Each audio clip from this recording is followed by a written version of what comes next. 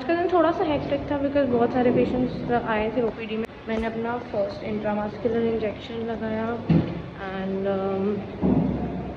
काफ़ी सारे अलग अलग केसेस देखे, मतलब it was good. The more patients you see, the more you experience and the more you like acquire new skills, the more you get to know everything. तो काफ़ी important है रोज़ एक प्रैक्टिस होना to see the patients, to check the vitals and all, and otherwise काफ़ी अच्छा था, it was nice. तो day after tomorrow I will be posted in orthopaedics and कल मेरा गायनी में ऑप्स गायनी में last day.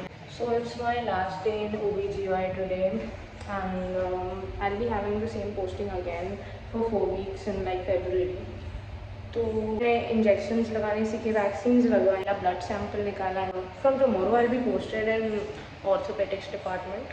Based on new experiences मैंने NST निकालना सीखा, which is called non stress test, and it is based on foetus का heart rate. तो we do it on pregnant ladies obviously. तो that is something new I have learned here. And intramuscular injection लगाना and sample लेना, blood sample collect करना है something you have learned. ये NST machine है।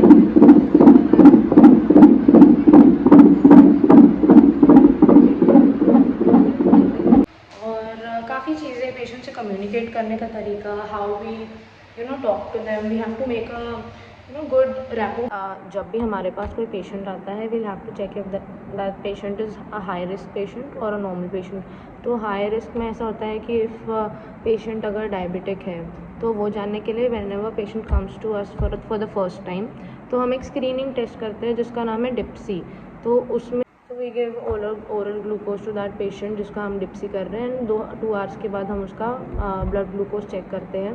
बाद अगर डिटेक्ट होता है कि शी इज़ डायबिटिक, तो we'll have to take care of her, we'll have to give her insulin, और हमें उसका ब्लड शुगर चेक में रखना पड़ेगा because there are a lot of effects which can like harm the baby, जो diabetes की वजह से हो सकते हैं। प्रेगनेंसी से पहले डायबिटीज़ था तो उसे कॉन्जेनाइटल अनॉमलीज़ हो सकती है। कॉन्जेनाइटल अनॉमलीज़ इज नथिंग बट उसका फेस प्रॉपरली नहीं बनेगा, या उसका any part of that babies body will not be form properly. अगर कोई पेशेंट को जेस्टेशनल डायबिटीज़ है, मतलब जो पेशेंट अभी प्रेगनेंसी में डायबिटिक हुई है, तो उसका बच्चे का ऑर्गेनोजेनेसिस हो जाएगा, but then there are still a lot of risk जो बेबी के साथ हो सकते हैं, like caudal regression syndrome and ventricular septal defects. Otherwise तो अगर मदर डायबिटिक है तो there are lot of factors जो बेबी को और मदर को दोनों को प्रॉब्लम्स कॉज कर सकते हैं। जस्ट लाइक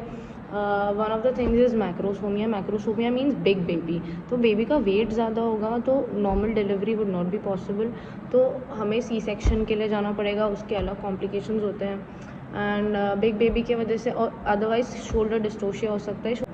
अगर बेबी का हेड बाहर आ चुका है एंड 1 मिनट तक के शोल्डर बाहर नहीं आता है, this is called shoulder dystocia. कि तो ऐसी सिचुएशन में हमें मैक्रोबर्थ से मैनूवर करना पड़ता है। एंड अदरवाइज़ उसके अलावा भी बच्चे के लिए बहुत सारे प्रॉब्लम्स हो सकते हैं, जैसे कि बच्चे का लंग मैच्योर नहीं होगा ड्यू टू डायबिटीज़, उसका ग्रोथ रिटार्डेड होगा, और स्टिल बर्थ हो सकता है, मतलब a dead baby would be born.